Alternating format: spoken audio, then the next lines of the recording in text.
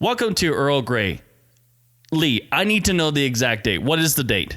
It's April 4th, 2017, the day before first contact in, how many years is it, Amy? That would be 46 years from today.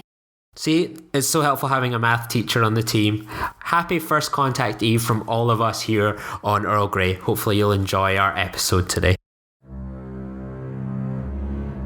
Hi, this is Robert O'Reilly. My name is Gowron. Honor to you and your house. You're listening to Trek FM.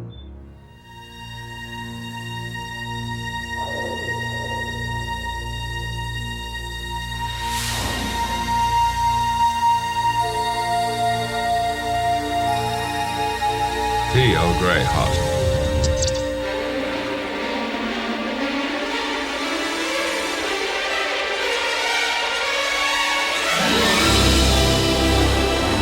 Hello and welcome to Trek FM's dedicated The Next Generation podcast, Earl Grey.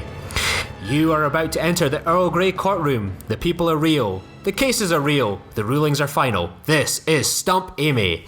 I'm the prosecutor in this case, Lee William Hutchison, and in the dock today, and there she sits, is Amy Nelson. Hello, everyone. And on the jury is Richard Marquez. Hey, how you doing? And you, the loyal listeners, are the judge in this case. So today, we are here to debate Star Trek Nemesis. Now, Star Trek Nemesis, according to fans, is one of the worst Star Trek movies. It ranks bottom of the pile compared to every other Trek movie when it comes to box office money. And it was even claimed at the time that it killed Star Trek. Dun dun dun. However, Amy believes this to be the best Star Trek The Next Generation movie, and as we've seen on the Babel Conference and other episodes, Amy comes out swinging for this movie.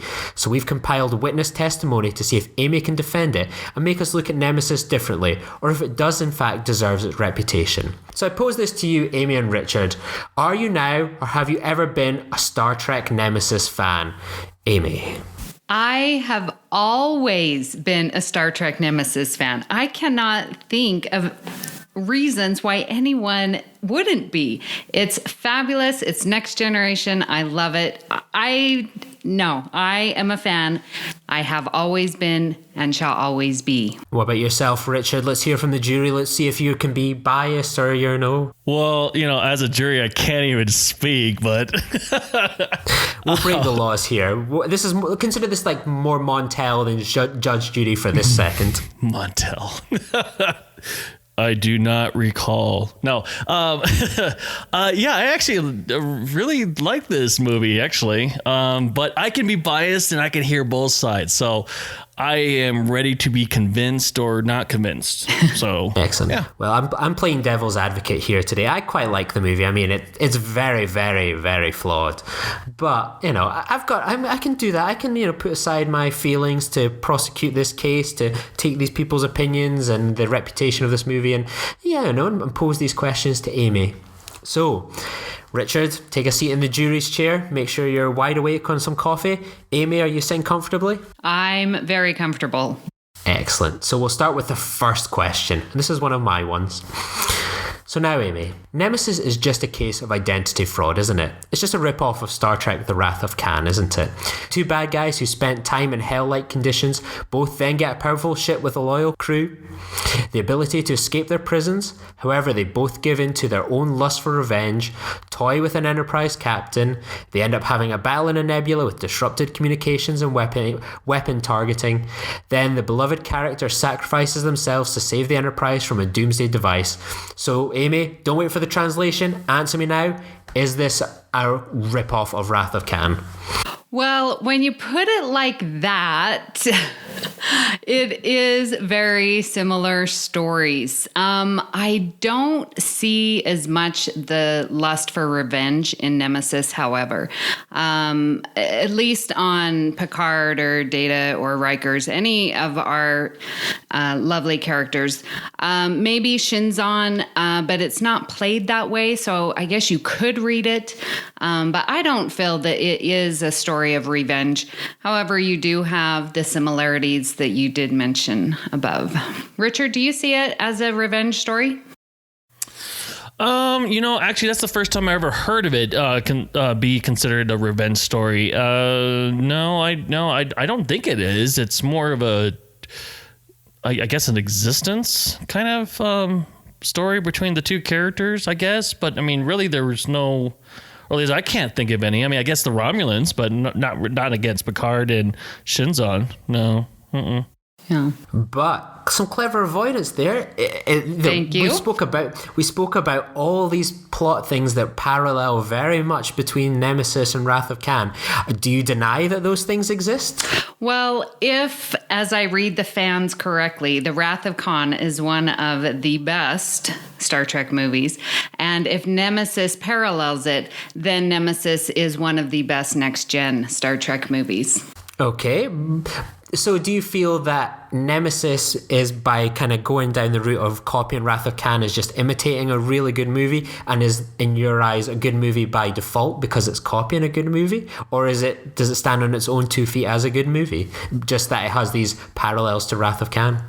You are putting me in the hot seat here because...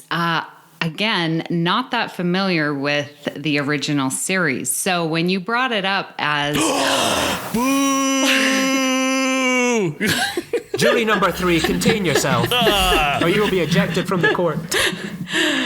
So when you bring it up as so similar to Wrath of Khan, I'm like, oh my gosh, this is, wow. I did not pick that up, just again, because I'm not that familiar with it.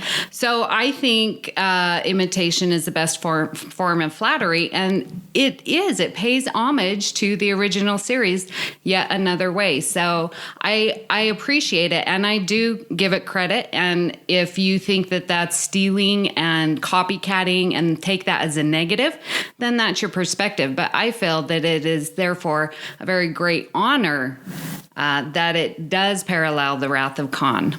Now, Amy, are you familiar with a little known movie called Star Trek Into Darkness? I am. What did you think of the scenes that directly copied Wrath of Khan in that movie? Did you like them? What were your views? Okay, again, you're getting me in such hot trouble. So I saw the Star Trek 09 and I was like, oh my gosh, this is so great. I love it. And they were paying homage to the original series. Again, I'm not that familiar with, but I know the names. And so then you see Into Darkness. And again, I'm like, this is just...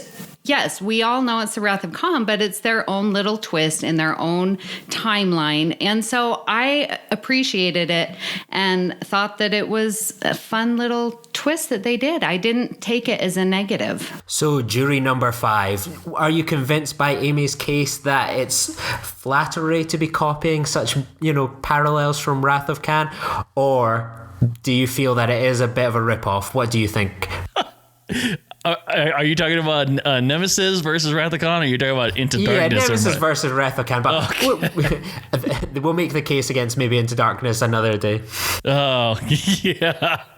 Yeah, I can see it. I definitely see it. I can see the parallels. To be quite honest, I see the movie as a standalone on its own. Yeah, it's got its similarities, but it's the next generation. It's their own Wrath of Khan, so to speak. So there you go. If that makes sense. He's on my side. I think the jury member has been swayed by this. No. You said you didn't like or didn't see Wrath of Khan. You went right here and that you nosedive. Somewhere Ken trips, crying a single tear. Now, obviously, Richard's been swayed by here, but now one of the more serious accusations that's kind of been leveled against this movie, and it was brought up by Jason Chapman, Chris Reeve, Justin Ozer, Alison Pitt, and Kay Shaw, is the Troy rape scene. And does rape belong in a big screen Star Trek movie? We've known Troy for 15 years. She just got married to the love of her life, and in her kind of final big storyline in the franchise, she's raped twice. Now, this generated some debate in the Babel conference that some people felt, it kind of served the point of the movie, or that it was maybe a bit misunderstood, or was it just misjudged? Was it not the best idea to go around? What's your response to that, Amy? Yes, that is something that, yes, should be discussed because I do not appreciate it. However, when you're in a war, you're going to use anything possible to obtain your directive. And so here's Shinzon. He is got this humongous scimitar. He's going out predator. He's going to get the Federation at all costs. He's going to get Picard. And so he's using everything that's available to him, which is including the, his viceroy. Yeah, his telepathic means to that. Yeah. And so, and unfortunately, Troy is, telepathic as well. And so Shinzon is using his tools to get what he wants. And so that is a harsh reality. And it is very disheartening that it happens to Troy over and over again. And I'm not excusing it, but I do like what happens at the end of the movie. And I talked about this when we talked about Loud as a Whisper, where Riva loses his chorus. And I was like, well, Troy goes to Riva and says, can't you turn this negative into a positive? And what Troy does is now her quote unquote weakness is now going to be a strength and is going to find the scimitar and be able to, damage it. And so I recognize that triumph over her weakness that makes it a positive there. Excellent. What about yourself, Richard? What do you think of the kind of the Troy angle that they took? Do you think was misjudged, or was it them maybe trying to be a bit too dark for the sake of being too dark? Thinking about it, I don't think it has a place in the movie, to be quite honest. I mean, I get it. I guess it's an excuse to have Picard, be abducted by, in front of everyone and whatnot. But like, it's thinking about it now, it's really that. I don't consider it a rape story. Or a rape part of the movie. I just consider it as a violation, but I guess because it's the same thing.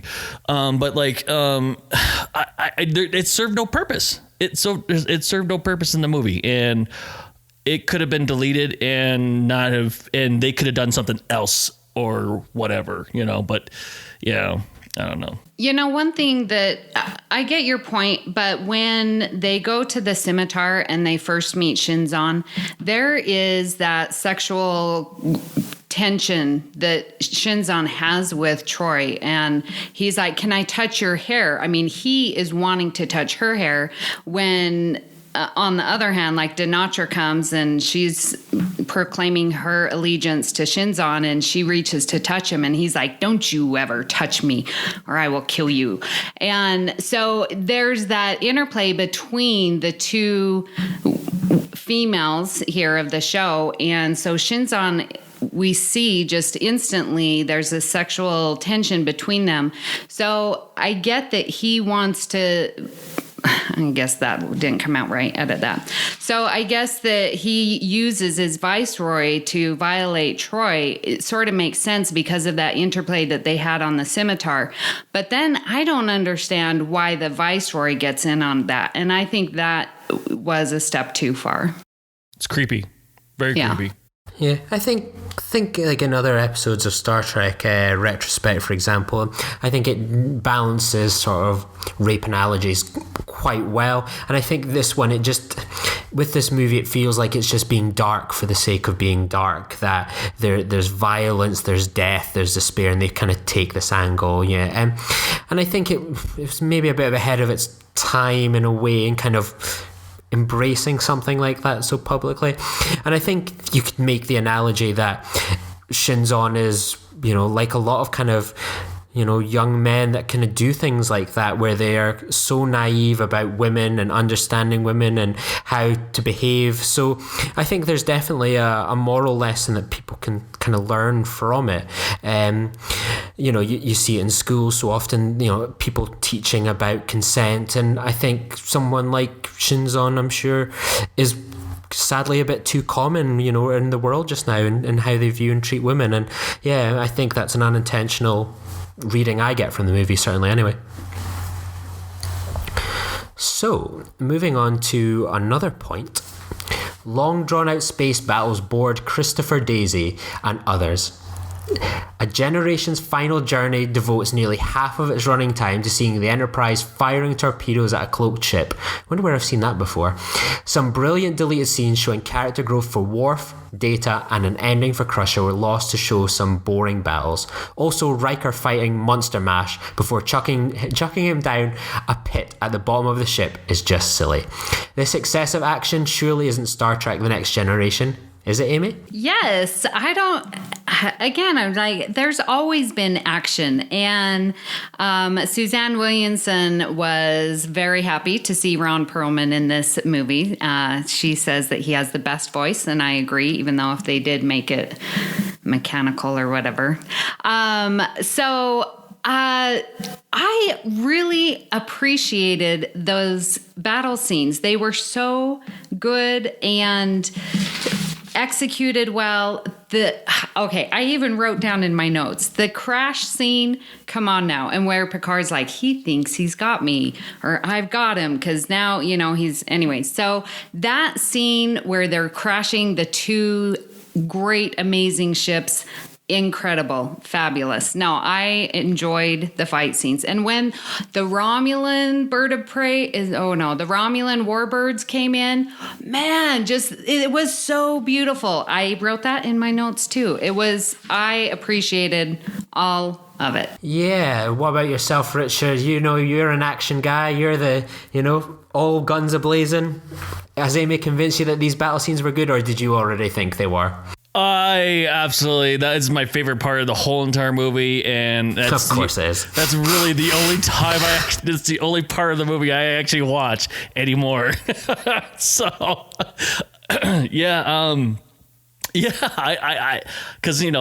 I skipped the first 45 minutes of it, which is the boring part to me, and then I just watched it from the battle on. I remembered, I don't know if you guys remember, but the script for this movie leaked a good few months before the movie came out, and maybe 6-7 months, I don't know. It was kind of an original script, but very much kind of close to what was shot, including the deleted scenes. I remember reading the script and thinking, oh my god, this battle scene, we've not seen this really in Star Trek at this stage. Maybe bits and pieces here in Deep Space Nine and some Voyager, and it was like, oh my god, the ship ramming. That's what I used to do with my toys, just thinking like an Enterprise warping into another ship or something. So that was pretty awesome. And some of the stuff that you mentioned, like the Romulan ships coming and then being relatively quickly disabled, the ramming scene is all brilliant, but it's slightly let down for me by excessive kind of another 40 odd minutes. I felt it needed to just be maybe refined a little bit, just we didn't need all that scenes of them just shooting torpedoes in a nebula. It just didn't feel like it had much tension, because it bores me after about 5-10 minutes. But I do pick up, Amy, you didn't answer the question. Yes, the action scenes are good, but was seeing all these torpedoes fired and missing a ship really worth not getting an ending for Dr. Crusher after 15 years service? Seeing Worf talking about extreme caution, about Data and Picard talking about the Picard wine. Is that stuff really worth losing on the cutting room floor to get some more guns firing? And Riker fighting in a pit? Now exactly. We forgot. I wasn't going to let you away without mentioning the pit. All right. Well, I love character development. So over, battle scenes, I would definitely want the character development.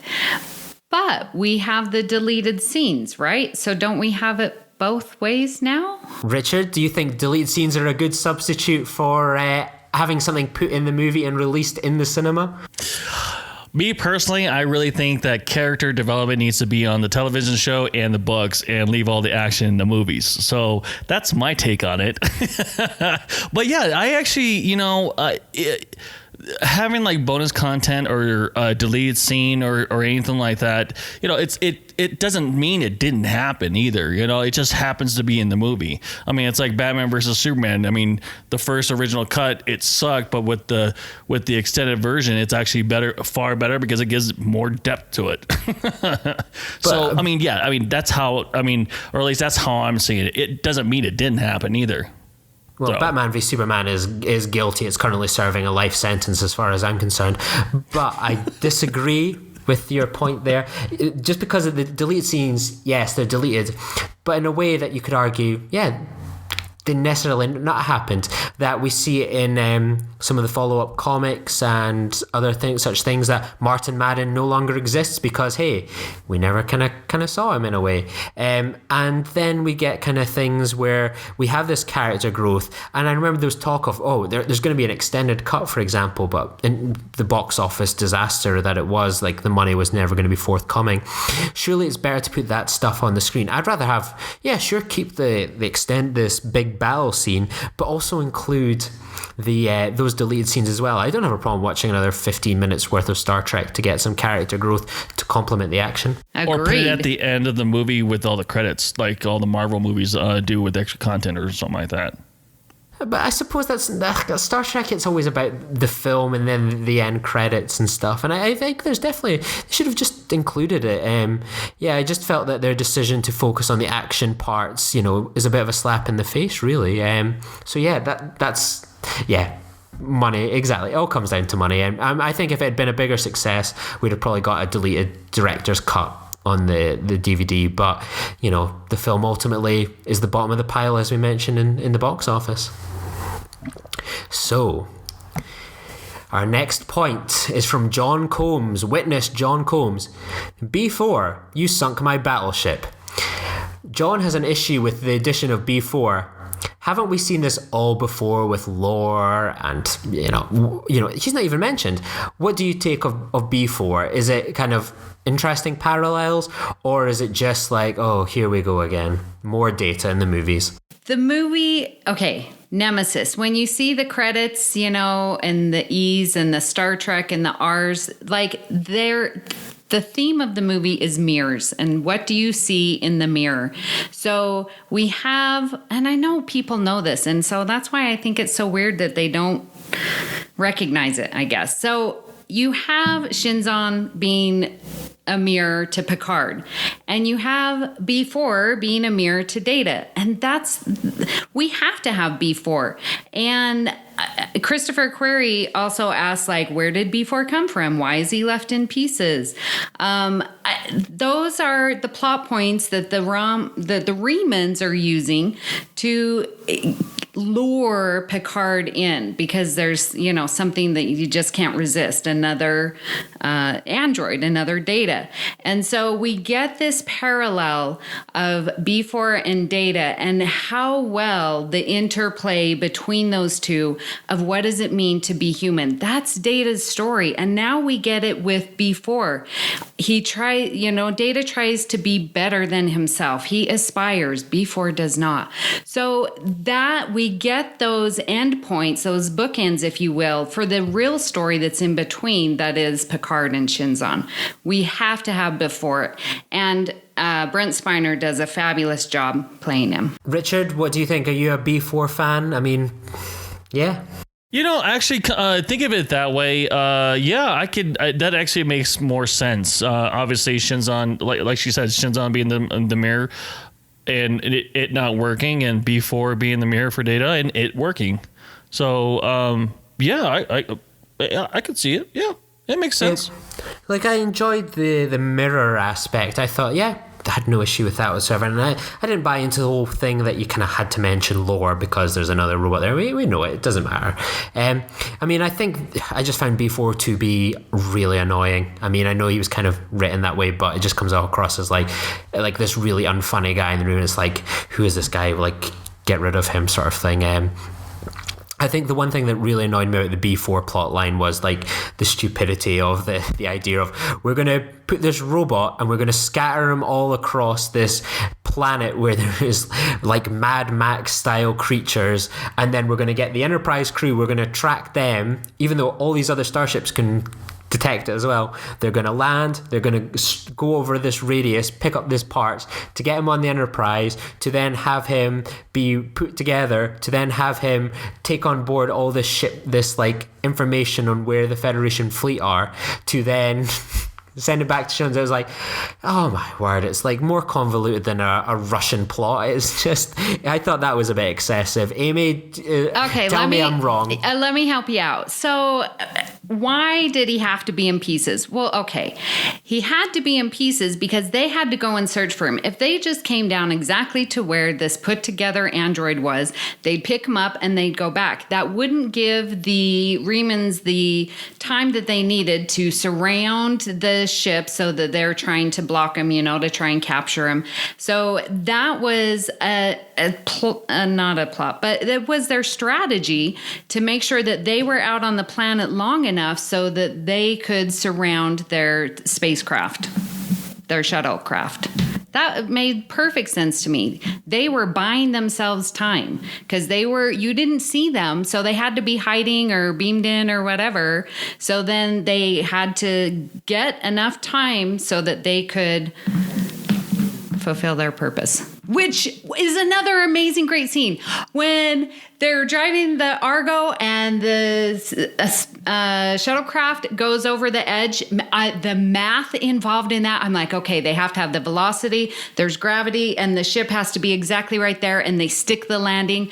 That's amazing. I love that scene every single time. Richard, are you convinced on Amy's argument that the B4 plot line to get them spread all across this radius was a really good plot idea? Yeah, I'm gonna have to go with no on that one. To me, that it said we need to fill 10-15 minutes of the movie, and here we go. Let's just cut them up into pieces. That's what it said to me. I mean, you could have, I guess, if you really wanted to have, I guess, the natives surround them or something like that, you could always do the him being stupid and or whatever, it's like, why is his head bald or something like that, and then you could have done that. But I mean, really, yeah, I thought that was a filler piece for the movie to add more minutes to it. Can I add, talking about that, because there have been some fans, I guess, that would say that didn't appreciate that Captain Picard is driving the Argo, and that's our next question. Oh, ding! Sorry, I didn't look at the script. It's okay. No worries at all. I was going to say one thing. Like, I think it's also a bit bizarre that the Corellan natives look almost exactly like Remans, and you're thinking at the beginning, the first thing you watch, going, "Wait, are those Remans?" Even though they're not Remans, they just look like Remans. It's like a bit of variation, guys. It's a bit of a bizarre one. Well, they are that close to the neutral zone, so there's going to have some similarities. Really, to be honest, a very different planet, though, in terms of like Reman is this like planet where they grew up underground, very similar to vampires, which they look like, whereas Kolaran 4 or whatever is like broad daylight, so like they should look very, very much different based on their environmental factors, surely. Yeah, I sort of thought they were Remans, but yeah. Yes! Stumped Amy! Yes!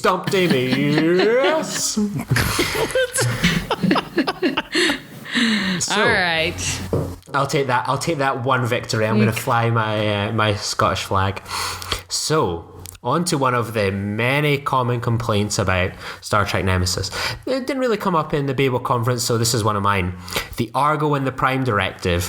Why is Picard acting like he's one of the Dukes of Hazzard, rampaging around with a dune buggy, killing primitive alien life? Is this really the Jean-Luc Picard we knew and respected from the TV series? Surely not, Amy. Okay, Lee, I appreciate this question, and I really appreciate Chris Reeve on the Babel conference for pointing this out to me. And Okay, so part of the theme of the movie, right? You have the older Picard and the younger Shinzon, and the choices that you make in life. And so this whole thing with Picard driving the Argo or the Scorpion on the Scimitar, Data's like, do you want me to, steer or drive? And he's like, no, I got it. So, and Chris points out that Picard is going through a midlife crisis here, and because of his face-to-face with Shinzon, and where would he be and what choices, like this is him re-identifying with himself and trying to capture these younger days that he used to have. And so for me, that really makes sense and only adds to his character and the context of Picard's story. Richard, are you convinced? Did you buy into Captain Jean-Luc Picard's on a dune buggy, having a few Budweiser beers and shooting back with Worf and Data in the outback? You had to use a crap beer, didn't you? Please insert your favorite beer into that quotation. Oh, okay. We'll do that. Yeah, I think we need to string him up and court martial his butt. He definitely, I can see it too, that, if he's having a midlife crisis, and, it's definitely a story of, what could have, what he could have done with his life instead of, being a starship captain and, basically marrying his career, and, not starting a family. So yeah, I see it. Yeah. Yeah, I guess he is having a bit of a midlife crisis and all, but this isn't like movie Picard is very much different from TV Picard. And I know people say, his younger days, and as we see in Tapestry, maybe this is something we could do one day, where we compare the young and the old and the movie Picard, the 3 different cycles.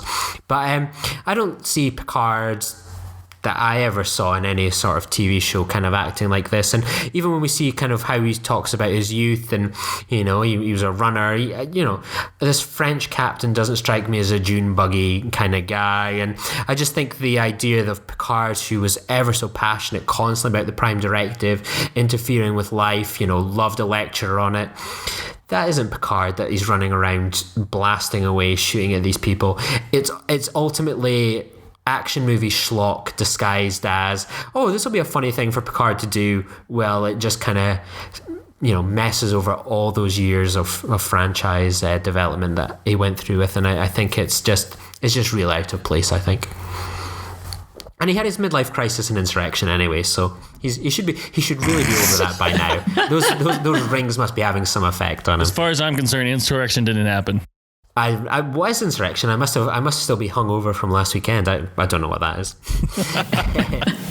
So, why did it feel like nothing happened with Worf and Wesley since we last saw them? Poses Christopher Quarry. And I could actually say Data as well, like this emotion chip, and now he's just back to being this really obtuse guy that he basically was in season 1 and 2 that doesn't match up with the reality of the Data that we've grown to as well. Why does it feel like there's been so much character growth that has just been blatantly ignored, Amy?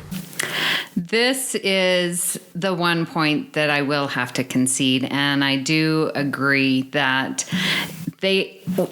why is there no character development for, Worf has been through an entire series. It's difficult. At least there's a reason and a justification why Worf is there. Because he's attending the wedding that apparently he didn't invite anyone to, but that's beside the point.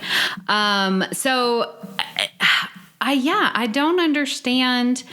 Well, I do. And this is because we all know the Patrick Stewart and Brent Spiner, they were wanting the show more about them. And even at the wedding scene, the wedding scene, it's not even about Riker or Deanna.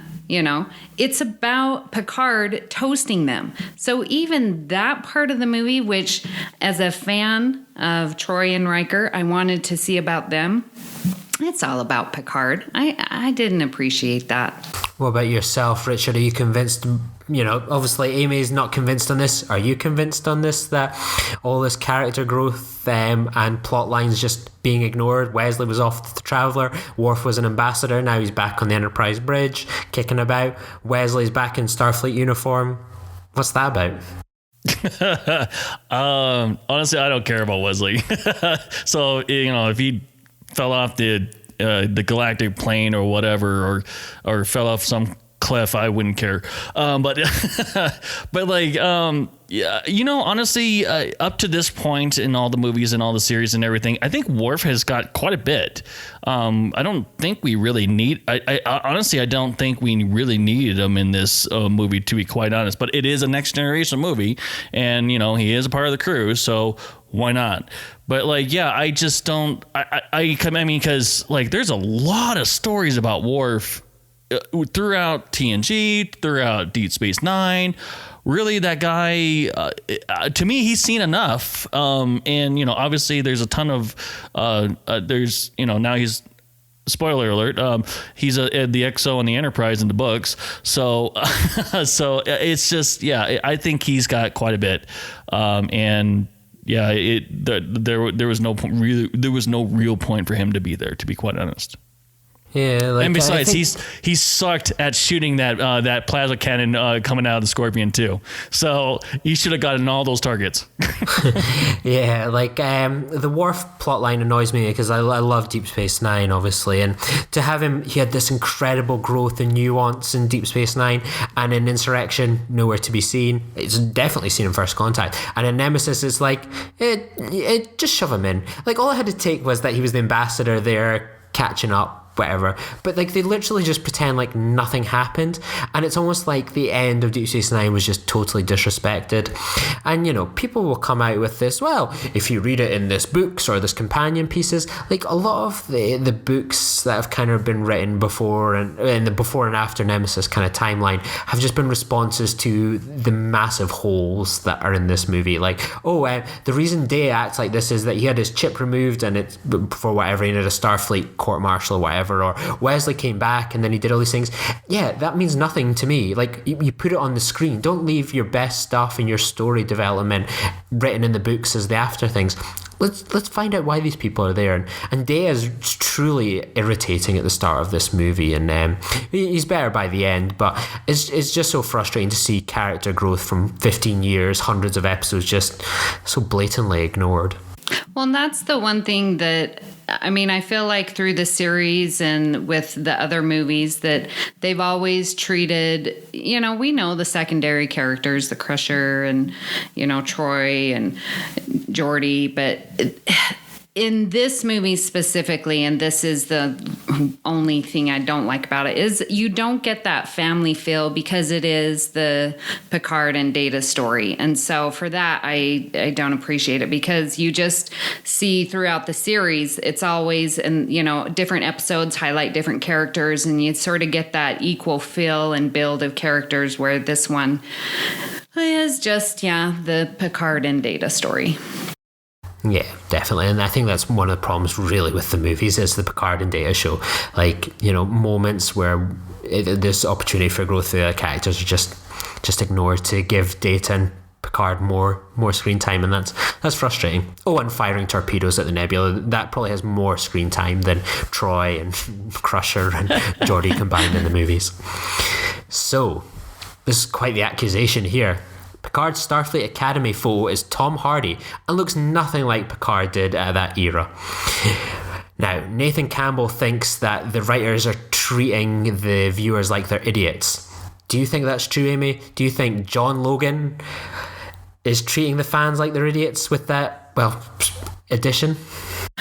The whole picture thing was very weird. And, we definitely in the series have seen Picard in Starfleet, and it is weird.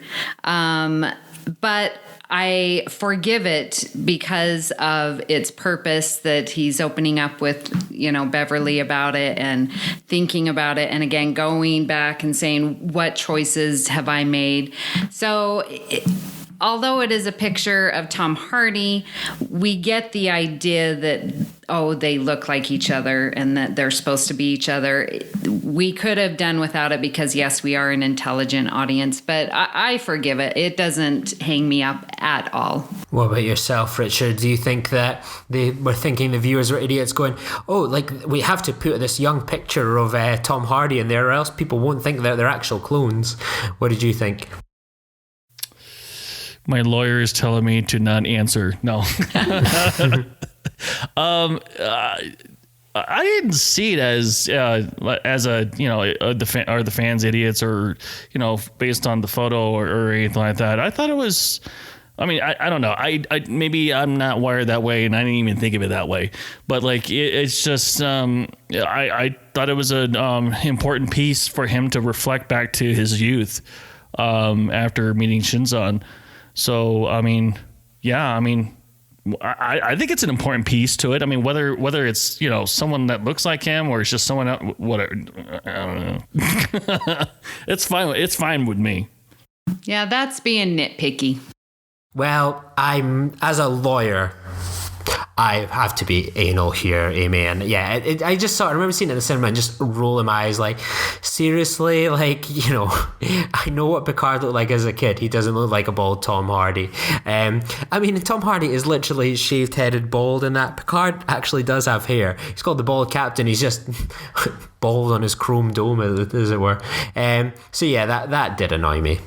So here we go. It was time. We're building up to him. It's now time for Shinzon, and I think I'm gonna do something a bit different for this Shinzon one. Talking of Shinzon, may have taken issue. Talking of Shinzon, many have taken issue with the space brat of a bad guy. Tom Hardy is an incredible actor and would go on to play an intimidating bald villain, but in this one he comes across as a murring teenager. Is Shinzon an underrated villain, or is he truly badly written? Amy. Okay, Shinzon by far is not badly written. Who is this? Your question, Lee? Yes, of course. Okay, I even put in my notes after watching it, the words that they use, the speaking, the dialogue that they have is so good. I think Shinzon is awesome, and Tom Hardy makes the show. He does such a good job. I don't think he's ever a moaning teenager. Is that the quote that you gave him? No, he is curious about who he is, wants to see about Picard. When the Viceroy reminds him you're being foolish, then he's all 100% on task and going to get Picard, take his blood, and live on forever. So I think Shinzon is an excellent foil for Picard. Yes. What about yourself, Richard? Did you think like Shinzon? I actually did like Shinzon. Yeah, I thought he was brilliantly written, to be quite honest. Obviously, he's got his backstory. We know how he came to be, and his quest to, I guess, exist. Is that right? Yeah, exist. It makes sense. You got to kill the original in order to make the copy live, and the echo, all that kind of stuff. Yeah, exactly. Yeah. See, the dialogue is so good. I think I thought it was good. I really did. I thought it was really good. I really do. Yeah, I think like in the beginning, in the discussion where Picard and Bane are having a chat over dinner, essentially, where they're talking about like what it was like to be a Picard, and I think that kind of ties nicely into Generations, which is probably one of the best scenes in the movies, where Picard's talking about the family line. I think that's all really good, but I think really by the end of the movie it starts to completely fall apart, and his motivations come across like a bratty teenager, like target that ship and kill everything. Oh, let's go destroy Earth. It's some brilliant writing at the beginning. The echo over the voice, for example, a great line. Well, I just think like they just it just becomes a bit schlocky towards the end, and they're fighting away this old man and the young version. It's just a bit silly, really. So I think it definitely starts off well, and I mean, anyone that saw Nemesis at the time, I don't think pretty much everyone came away thinking he's a brilliant actor. So, well, Tom Hardy's a brilliant actor. So, yeah, I think there's pluses there. Well, I think you might be missing the big picture of it all. So why Shinzon, in your opinion, becomes this teenage brat boy and getting spoiled and I'm going to destroy you.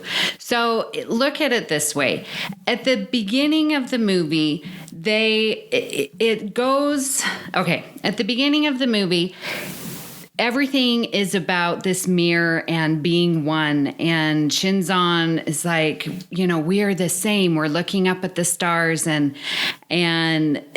even with the B4 and Data, I am your brother. And so the whole part of the first half of the movie is everyone being the same. We want to unite the Remans and the Romulans. We want to unite with the Federation. So everything is coming together as one.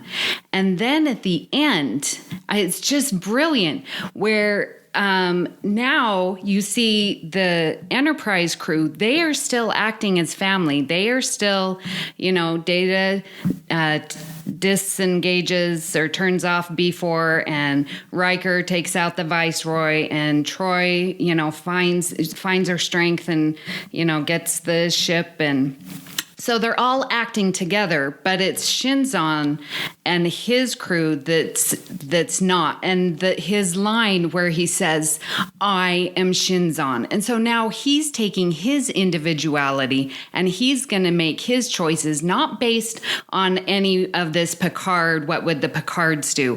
He's taking his individuality. So it's that divergence of at the beginning of the movie where everything wants to be one and united to this divergence of who is Shinzon.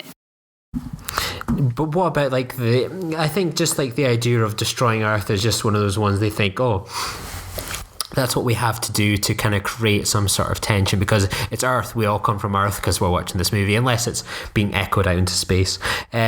So it's the idea that, Earth's a threat and now Earth's in danger. I just felt that was a step too far. Just have him as in this ship where he's maybe just off to go strike at the Federation or do something. The idea that, he's off to Earth because that's what he's going to do. Okay, sure. It just seems just a bit of a silly justification. They could just have him do the continued same thing, but just sort of that he's off to Earth seems just a bit too excessive. That's what I feel. Well, he needed that to win over the Romulans and then to, supposedly go under this guise of we're going to unite the Federation. But in reality, the Romulans have always wanted to destroy the Federation. So to me, it makes perfect sense. Interesting. What about yourself, Richard? Do you think you had all those hours of military training and tactics? Do you think it was a wise plan from Shinzon to go strike and chop off the Federation head that is Earth? If I had a ship like that, yeah.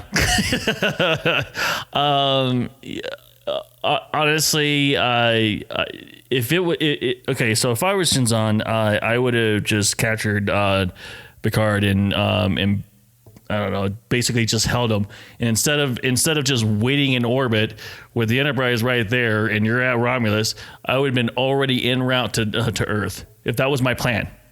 So yeah, it would have been done a lot quicker than what was actually given, because I never understood why he even stayed there. It's like, why not just capture him and then go and then do it en route?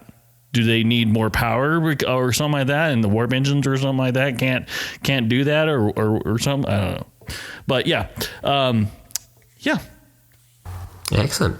Now that we've listened to... One more. And you know what? And that would have been a better scene. You would have had all these starships against the Scimitar, and that would have been freaking awesome. So that would have been better than the Enterprise. Yeah. I think that was the original plan as well, that they were going to have a fleet of Federation starships, but ultimately it just came down to money. And it, obviously is funny in their world. So they just couldn't spend the money on this fleet, because that was certainly the original plan. And I think one last question really is that is this a fitting end for a generation's final journey? You know, All Good Things is potentially the perfect ending. Is this the best way that they could end the Next Generation story that we talk about each and every week and love? Amy, is this the best? Is this the perfect ending? It is an ending. I will say that. Dodge that question.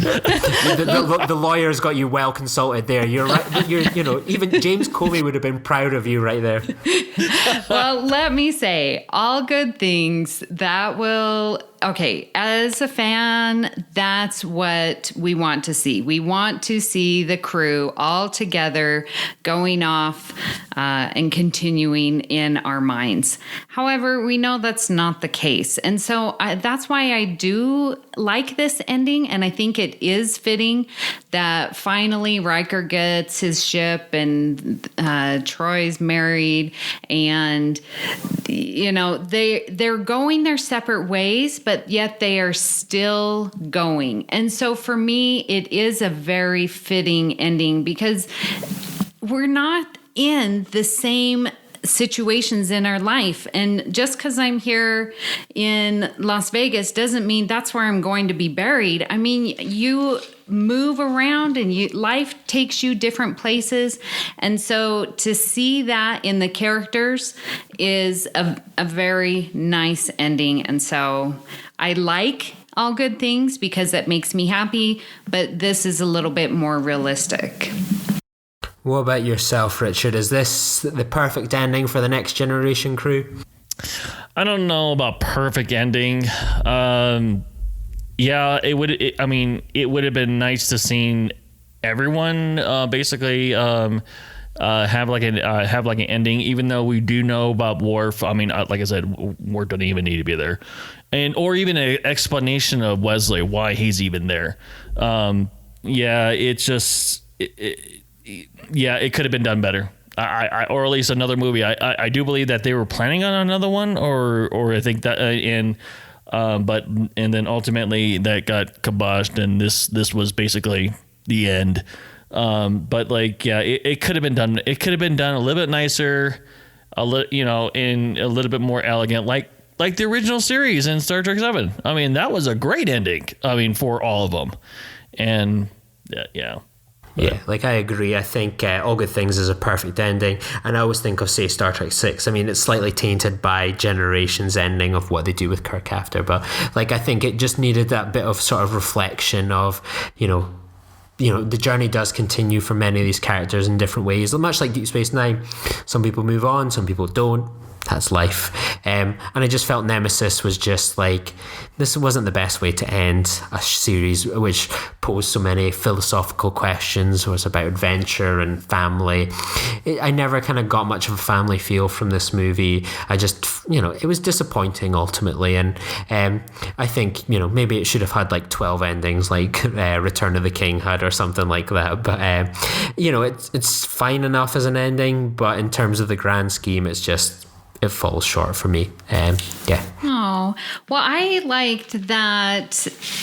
Yeah, that they're all doing their own things. I mean, even as we know, Enterprise is a crew member, and we see her getting rebuild and repair. And even during that shot, isn't that TOS music?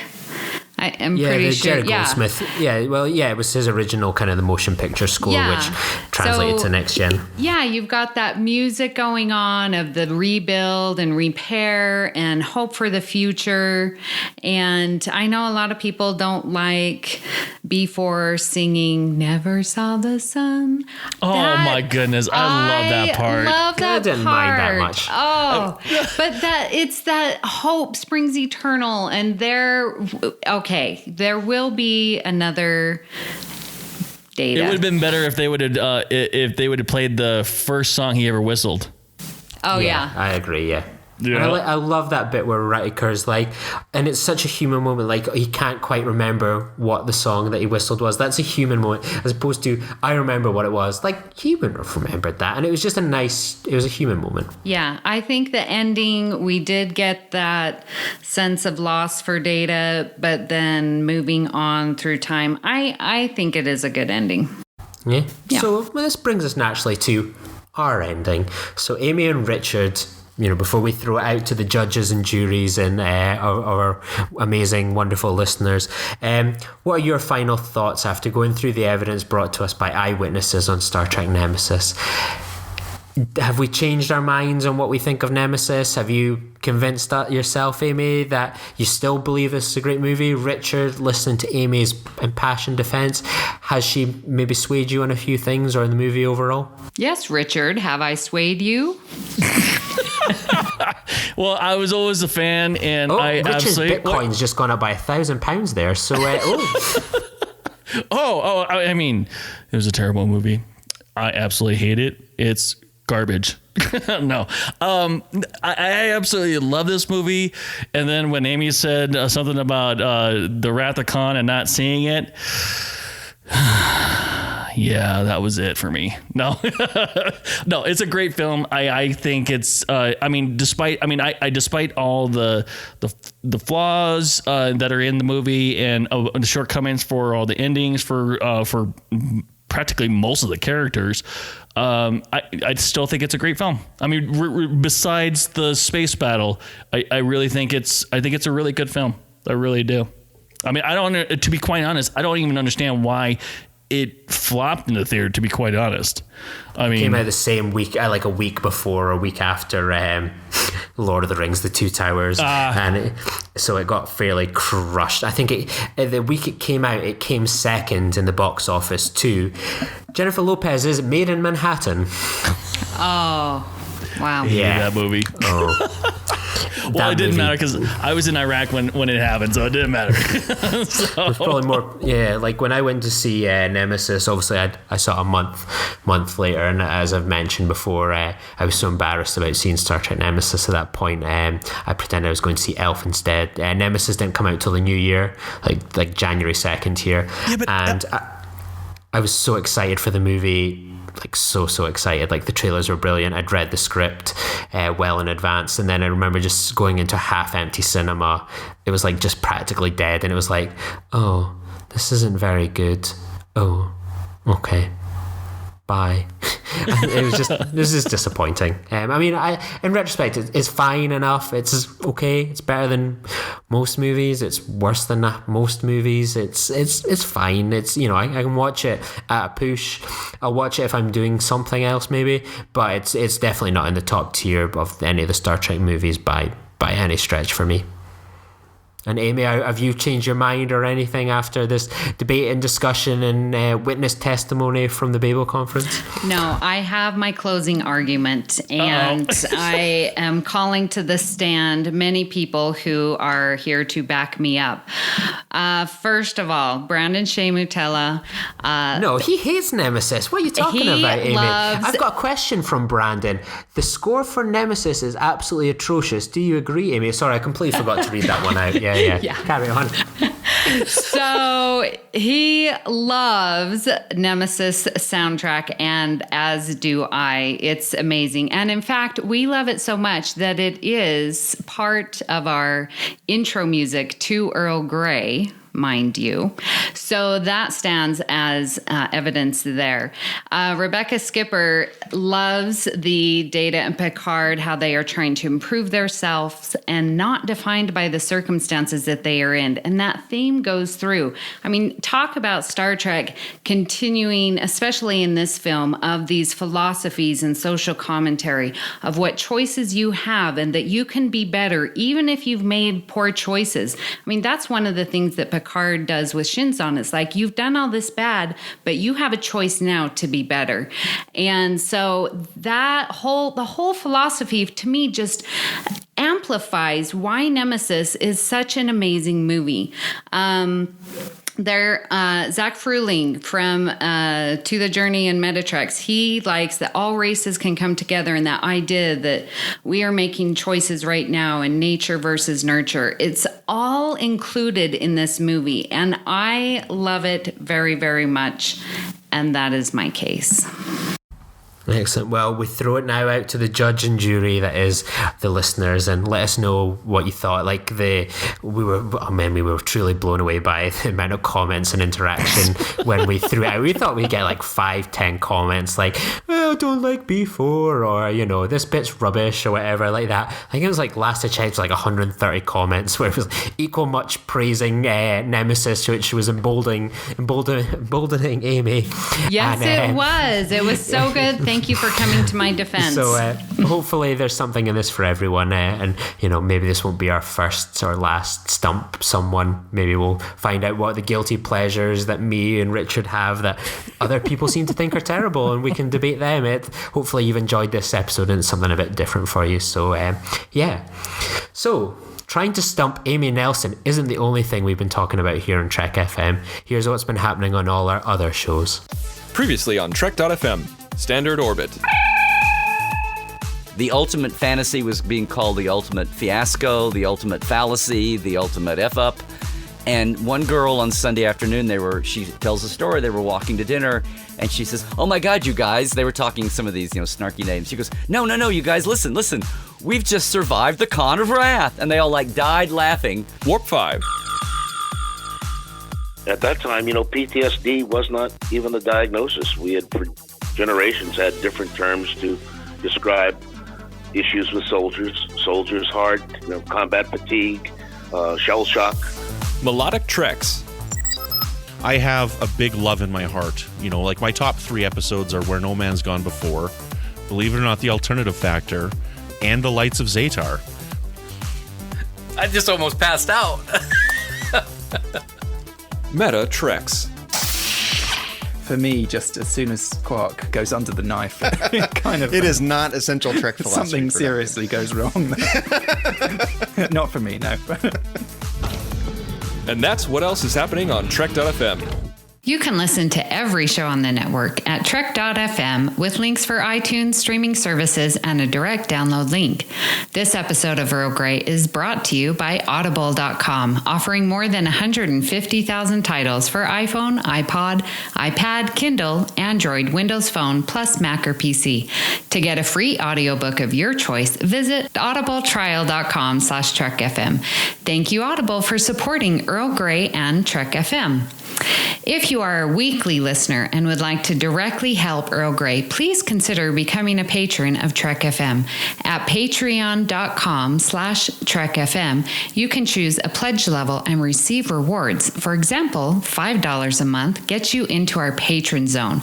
You get exclusive content and access to our early release of all of the shows. At the $15 a month, you get to participate in our monthly roundtable discussions. They are so much fun, and that's how I got started on the network. At $25 a month, you get associate producer credits for any podcast you choose. At this time, we would like to thank our current Patreon associate producers, Michael Huter and Justin Ozer. Thank you for supporting Earl Grey. Another way to help out the network and get cool stuff is to visit Redbubble. At redbubble.com/shop/TrekFM, you can find amazing designs for t-shirts, pillows, phone cases, and more. And with each purchase, a portion of the sales goes to Trek FM. Connect with other Trek FM listeners on our Facebook discussion group called The Babel Conference. You can search that on Facebook, BABEL, or you can like the facebook.com/Trek FM page for show updates and other announcements. The network is also on Twitter at Trek FM. If you would like to contact Lee, Richard, or me, Amy, visit trek.fm/contact to send us a subspace message or find us on social media. So join us next time for another cup of Earl Grey. Very astute. The echo over the voice. Spend 18 hours under the lash of a Romulan guard, and you'll soon understand patience.